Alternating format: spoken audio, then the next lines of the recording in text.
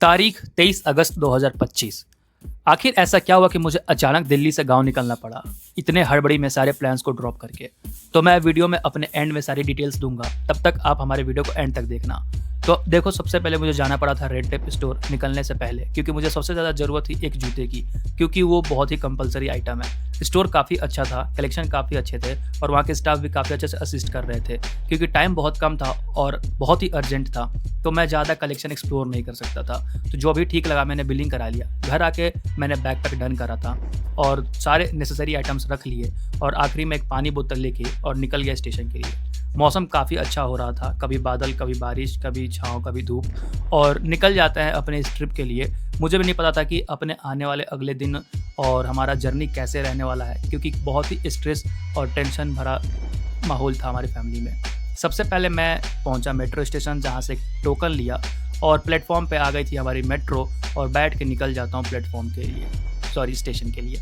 हमारी train Anand Vihar terminal से खुलने वाली थी और बारिश हो ही रहा था, और साथ में मैं निकलता हूँ अपने प्लेटफॉर्म पे और सबसे पहले पहुँचता हूँ कोच पोजीशन पे। देखते ही देखते हमारी ट्रेन आ जाती है, क्योंकि इसका सोर्स स्टेशन यही है, मतलब कि ट्रेन हमारी यहीं से खुलने वाली थी। तो बाकी हमें इंडियन रेलवे पे ज़्यादा भरोसा है नहीं टाइमिंग्स को लेके, पर क्या ही कर सकते हैं। लकीली टाइम पे आई ट्रेन और फिर कोच भी हमारा बिल्कुल सही जगह पे आया, और हर बार की तरह इस बार भी अपनी जो सीट है वो अपर बर्थ है। एक्चुअली मैं सोलो ट्रिप्स में अकेले जब रहता हूँ तो वही प्रेफर करता हूँ, लेकिन दिक्कत ये थी कि तत्काल टिकट लेने की वजह से ना बिल्कुल गेट के पास सीट मिला। पर कोई नहीं, ट्रेन ऑन टाइम निकल गई थी लकीली, और 5:20 ही इसका डिपार्चर का टाइम है, और एग्जैक्ट उसी टाइम पे ट्रेन निकली आनंद विहार टर्मिनल से। और देखते ही देखते ट्रेन अपने पूरे भरपूर रफ्तार में आ चुकी थी, जो कि काफ़ी अच्छी बात थी। मैंने भी अलग अलग एंगल से क्लिप्स शूट करने की कोशिश करी, ताकि आप बोर ना हो सेम क्लिप्स देख के। और ना बारिश होने की वजह से ना, टू बी ऑनेस्ट, बाहर का इतना अच्छा ग्रीनरी हो रहा था ना, बहुत अच्छा लगा देख के, काफ़ी अच्छा फील हुआ। बट ऐसे गेट पे आके वीडियो रिकॉर्ड करना ना काफ़ी रिस्की है, तो आप ऐसा कभी ट्राई मत करना। और ट्रेन जर्नी है और हम कभी ऐसा स्नैक्स लेना, ऐसा तो बिल्कुल नहीं हो सकता है। तो साथ में 2 पानी बोतल और बिस्किट नमकीन वगैरह लिया था और मैं खाने लगता हूँ। लेकिन जो ये अपर बर्थ है ना यार, थोड़ी सी ना अनकंफर्टेबल होती है बैठने के लिए, जैसा कि आप देख ही रहे हो। पर क्या कर सकते हैं, अपनी रात रात की जर्नी है, एडजस्ट कर लेंगे। सामने लिखा हुआ था भारतीय रेल में आप सभी यात्रियों का स्वागत है, थैंक यू। और मैं अब लेट के बोर होने लगता हूँ, क्योंकि इतना हड़बड़ी में कुछ भी अपने एंटरटेनमेंट के लिए तो डाउनलोड कर नहीं पाया था। तो फिर लेटे लेटे यही सोचने लगता हूँ कि आने वाले अपने दिन कैसे कटेंगे, क्या क्या करना है, कैसे होगा। और फिर रात के टाइम में अपना डिनर निकाल लेता हूँ, क्योंकि ट्रेन जर्नी में सबसे बेस्ट है खुद के घर का खाना। सभी लोग लाइट ऑफ करके लेट चुके थे और मैं डिनर कर रहा होता हूँ, और लास्ट में आप सभी को गुड नाइट, और मैं मिलता हूँ सुबह। सुबह काफ़ी अच्छे से हो चुकी थी गाइज़, और ट्रेन फाइनली बिहार पहुंच चुकी है। थोड़ी देर में हम पटना जंक्शन पहुंचेंगे, और मैंने आपको बताया नहीं, मैं इस बार पटना होके जा रहा हूं, क्योंकि मुझे कुछ काम है पटना में। और यहाँ पे तो पानी की वजह से पूरा जमावड़ा लगा हुआ है, ऐसा लग रहा है जैसे बाढ़ आया हुआ है चारों तरफ। फाइनली हम पहुंचते हैं दानापुर स्टेशन, जो कि बिल्कुल पटना के पास ही है, और यहाँ पे मालगाड़ी वगैरह भी खाली की जाती है, जैसा कि आप देख ही रहे हो, सामान रखे हुए हैं। और ट्रेन में काफ़ी अच्छा माहौल हो रहा था, अंदर से काफ़ी अच्छा फील हो रहा था। काफ़ी लंबे टाइम के बाद इस बार मैं ट्रेन जर्नी कर रहा हूँ, और करीब करीब पिछले 4 साल के बाद फाइनली मैं पटना पहुँचा हूँ। और अब ट्रेन में चल ही रहे हैं, तो सुबह का टाइम है, तो मैंने गर्मा गर्म एक कॉफ़ी लिया। IRCTC के थर्ड पार्टी की तरफ से कोई कैटरिंग वाले थे जो सर्व कर रहे थे, अच्छी हो रही थी टेस्ट। और मैं भी थोड़ा आ जाता हूँ जब ट्रेन पहुँचने वाली होती है। और फाइनली आप सभी का हमारे इस ब्लॉग के माध्यम से स्वागत है पटना जंक्शन पे और पटना शहर में। करीब करीब 4 सालों बाद मैं आ रहा हूँ यहाँ पे वापस लौट के, तो काफ़ी एक्साइटेड हूँ देखने के लिए कि आखिर कितनी बदलाव हुई है पटना में और क्या क्या चेंजेस आई हैं। और जैसे ही आप यहाँ से हम एग्ज़िट लेते हैं, सबसे पहले हमें अपने भारत देश का तिरंगा दिखता है, और ये पटना जंक्शन दिखता है, जिस पे हमारे बिहार के महापर्व छठ पूजा का अलग अलग सिंबल बने हुए हैं, डिज़ाइंस बने हुए हैं। और इस तिरंगा को देख के काफ़ी अच्छा लग रहा होता है। एंड मौसम तो टू बी ऑनेस्ट बहुत ही शानदार हो रहा था। तो थोड़ा सा ऑकवर्ड लग रहा था, क्योंकि 4 साल बाद आ रहा हूँ, अलग अलग नॉस्टैल्जिक मोमेंट्स याद आ रहे थे। बट आपको इस ब्लॉग के माध्यम से दिखेगा कि आखिर पटना कितना डेवलप हुआ है, कुछ चेंजेस हुई हैं कि नहीं। तो फिलहाल तो मैं कर रहा हूँ अभी सोलो ट्रैवलिंग, और ये हमारे पटना जंक्शन का आइकॉनिक लैंडमार्क, और उसके बगल में ही ये महावीर मंदिर, जो कि पूरे सिर्फ बिहार में नहीं पूरे भारत देश में मशहूर है। अपनी बाइक आ जाती है, और सबसे पहले मैं बाइक में बैठता हूँ, भगवान जी का नाम लिखे, और निकल जाता हूँ अपने घर के लिए, क्योंकि हमारी फैमिली यहाँ भी रहती है।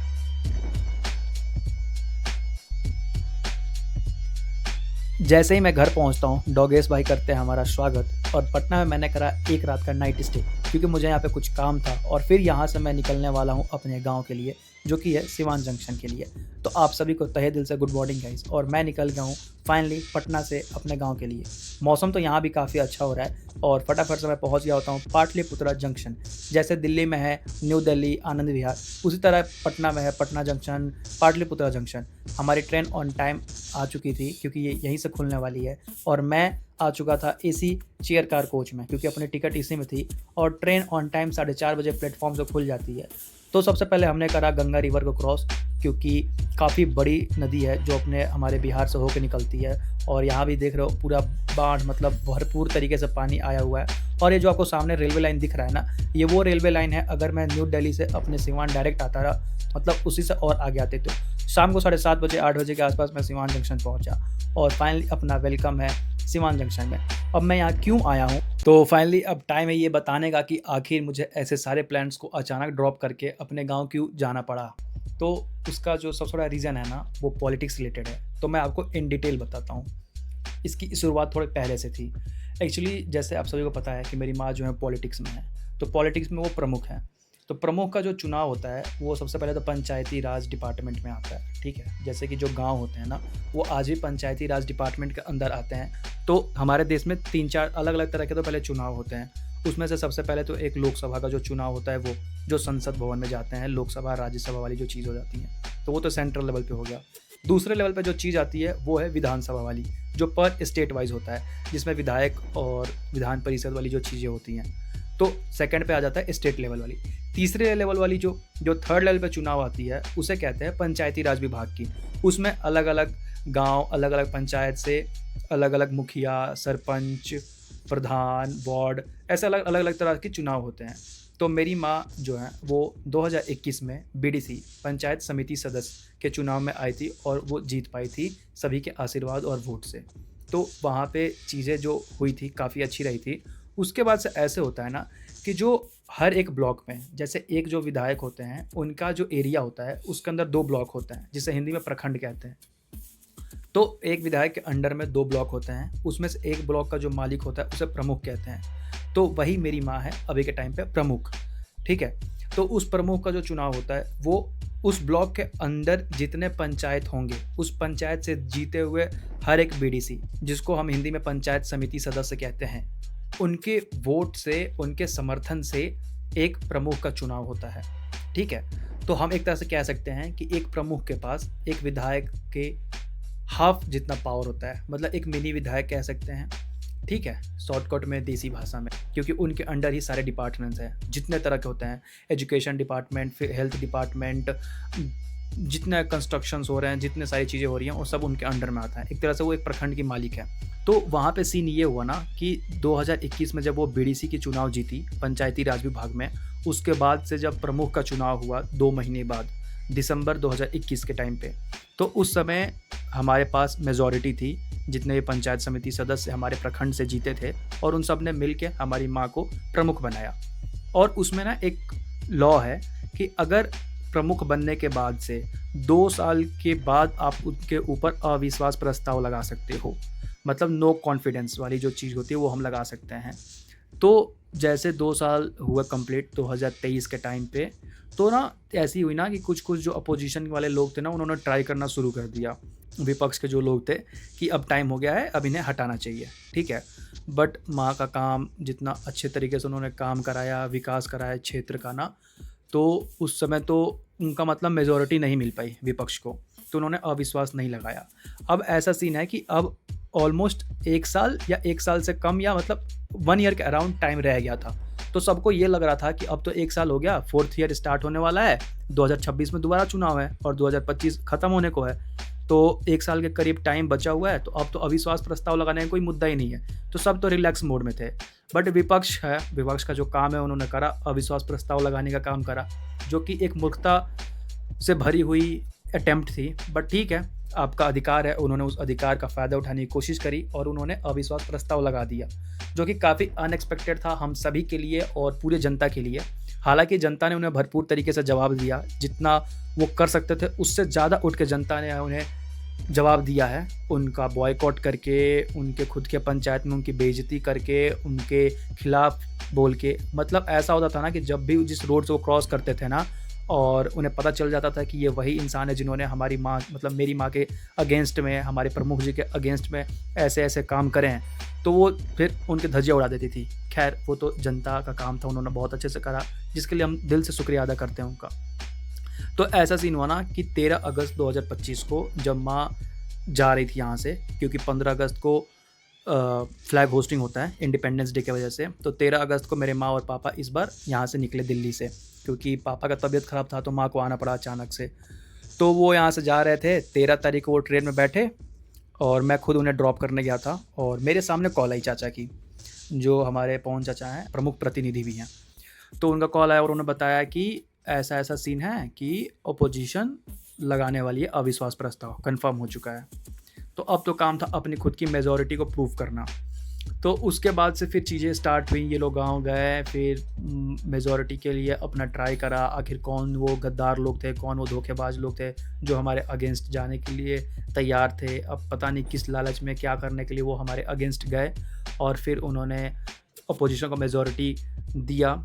बट कहते हैं ना, सत्य की जीत होती है, अगर आपने अच्छे कर्म किए होते हैं तो आपके साथ भी अच्छा ही होता है। 26 अगस्त 2025 डेट फिक्स हुआ कि इस दिन फाइनल प्रूव करना होगा आपको फ्लोर टेस्ट पे कि आपके पास मेजॉरिटी है या नहीं।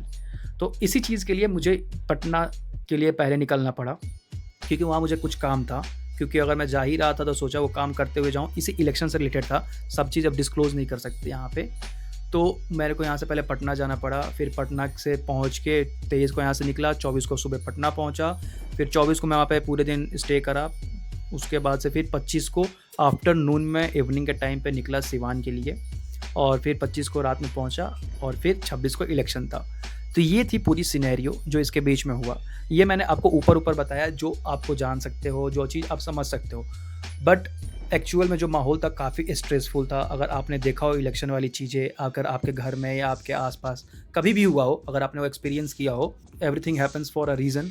उसी चीज़ को मानते हैं कि कुछ भी हुआ है तो अच्छे के लिए हुआ है। अगले वीडियो में मैं आपको दिखाऊंगा 26 अगस्त 2025 जिस दिन इलेक्शन था, उस दिन का क्या माहौल था, उस दिन क्या-क्या हुआ, कैसे-कैसे हुआ। हालाँकि अगर आप मेरे को इंस्टाग्राम पे फॉलो कर रहे हो, फेसबुक पे फॉलो कर रहे हो, तो वहाँ पे मैंने ऑलरेडी वीडियो रील में अपलोड करी है, तो आप वहाँ से देख सकते हो। तो थैंक यू सो मच मेरी बातें और हमारे जो चीज़ें हुई हैं उनको सुनने के लिए। इसी वजह से मेरे को अचानक जाना पड़ा था।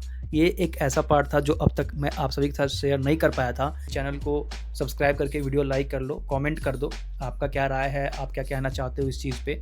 जो मेरा अगला वीडियो आने वाला है ना, उसमें मैं आपको दिखाऊंगा 26 अगस्त 2025 इलेक्शन वाले दिन क्या-क्या हुआ, कैसे-कैसे हुआ और हम सब ने मिलकर क्या किया है। तो प्लीज़ वो वीडियो को ध्यान से देखना और सब्सक्राइब कर लो ताकि आपको नोटिफिकेशन मिल जाएंगे। उसी के साथ bye bye guys, see you soon, thank you so much, और सब्सक्राइब कर लो। Bye bye guys.